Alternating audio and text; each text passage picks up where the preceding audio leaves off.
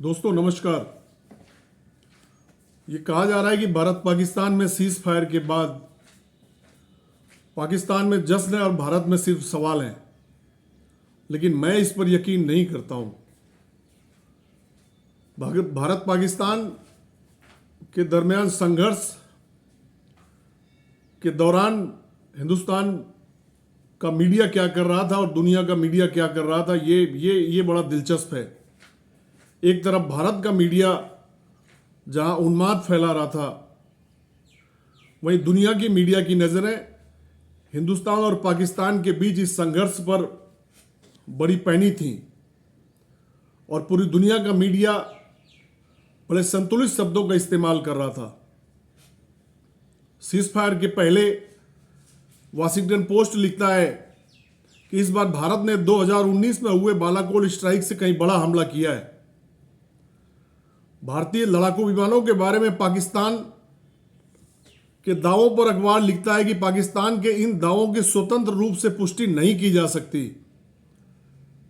भारत सरकार ने अपने कथित नुकसान के बारे में पूछे गए सवालों का जवाब नहीं दिया। वहीं न्यूयॉर्क टाइम्स लिखता है कि भारत और पाकिस्तान के बीच जंग को टाला जा सकता है। अखबार ने लिखा है कि पाकिस्तान का कहना है कि उसने सभी विकल्प खुले रखे हैं। पाकिस्तान के रक्षा मंत्री ने कहा कि वो भारत के साथ अपने देश के संकट को खत्म करने में मदद के लिए अमेरिका के प्रयासों का स्वागत करेंगे। न्यूयॉर्क टाइम्स में एक लेखक एमेट लिंडनर के हवाले से लिखा गया कि जब हथियारों की बात आती है तो भारत बनाम पाकिस्तान, चीन बनाम अमेरिका भी है। अमेरिका, हालांकि अमेरिका के अखबारों ने सीज फायर के बाद सीज फायर के लिए अमेरिका को क्रेडिट देने में कोई कमी नहीं छोड़ी। वहीं सीज फायर के पहले फ्रांस के अखबार लामोट ने लिखा कि भारत और पाकिस्तान के बीच तनावपूर्ण स्थिति में ऐसी कई विरोधाभासी रिपोर्ट्स प्रकाशित की गई जिन्हें स्वतंत्र रूप से वेरीफाई करना असंभव था।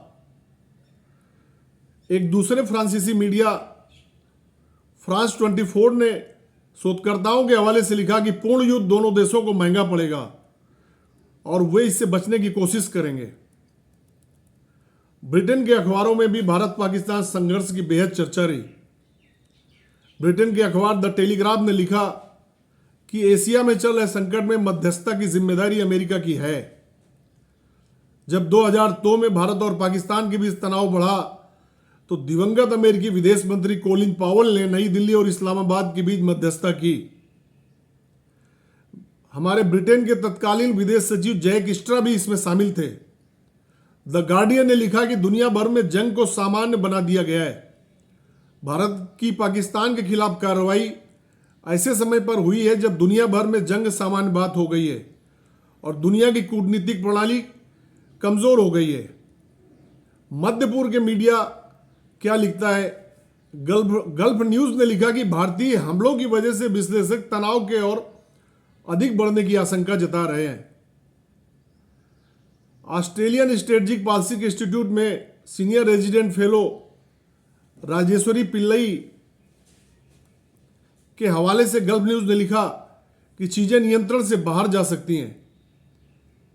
एक अन्य विशेषज्ञ के हवाले से अखबार लिखता है कि पाकिस्तान जवाबी कार्रवाई करेगा।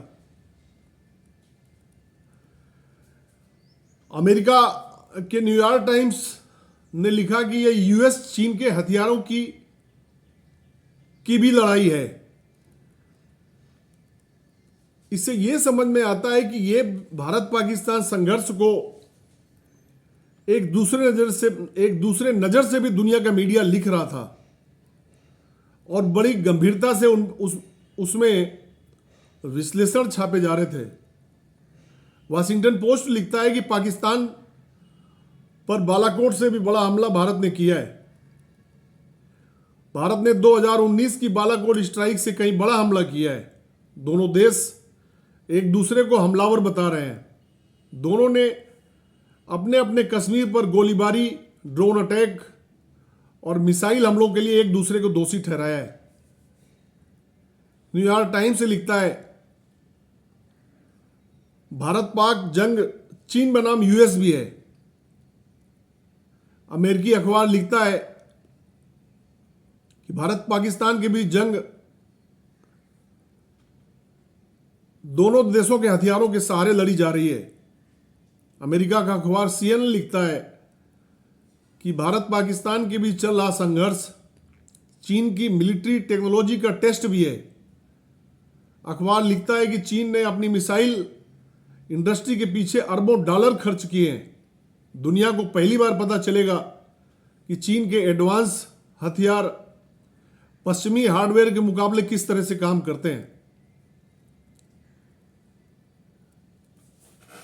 तो भारत पाकिस्तान के बीच संघर्ष को एक अलग नजरिए से देखा जा रहा था और अलग नजरिए से विश्लेषण भी हो रहा था।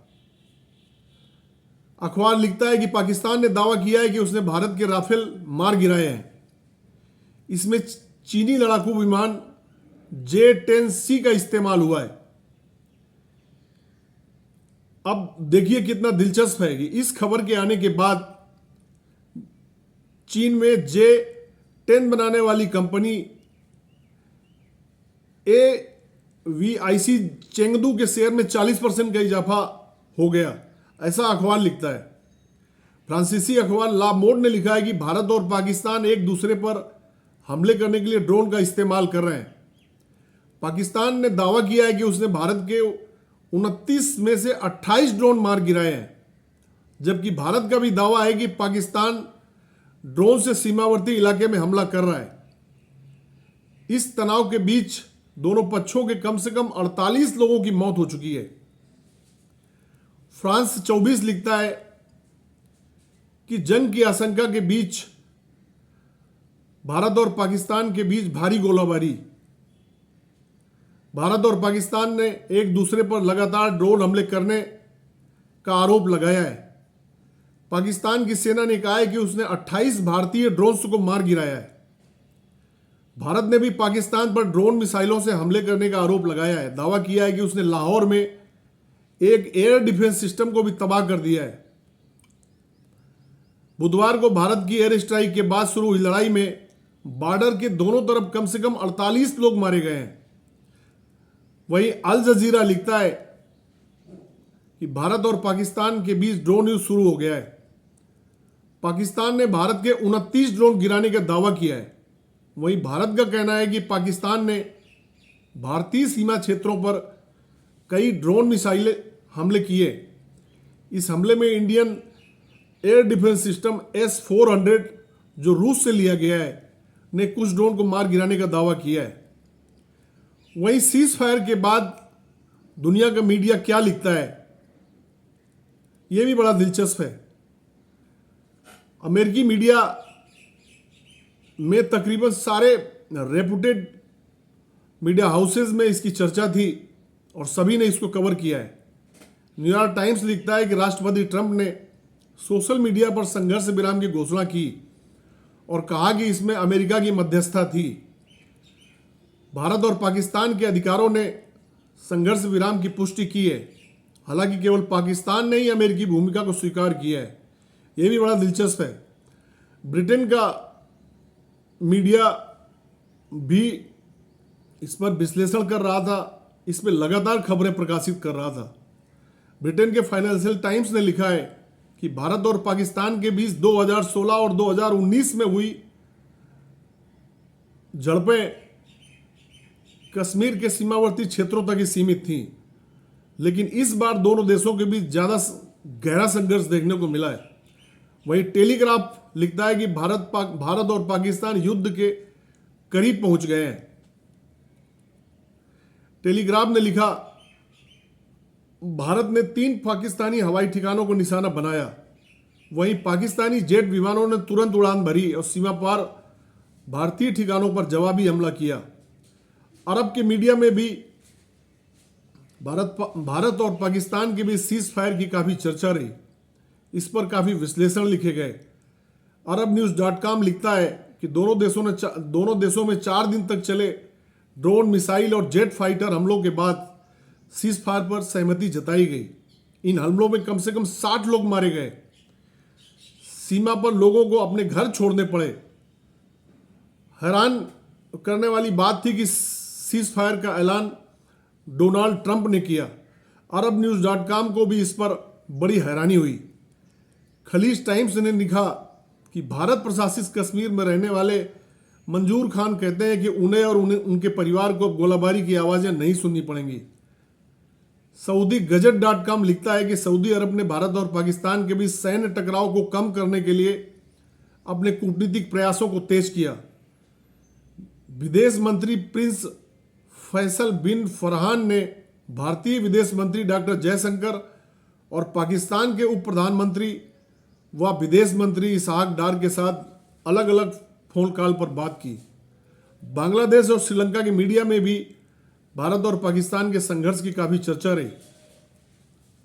बांग्लादेश के अंग्रेजी अखबार द डेली स्टार ने लिखा, बीते 3 दशक में दोनों दक्षिण एशियाई देशों के बीच ये सबसे भीषण लड़ाई थी। इस लड़ाई से परमाणु हमले का खतरा पैदा हो गया था, क्योंकि पाकिस्तानी सेना ने कहा था कि उनकी परमाणु हथियार वाली टॉप बॉडी की मीटिंग होगी।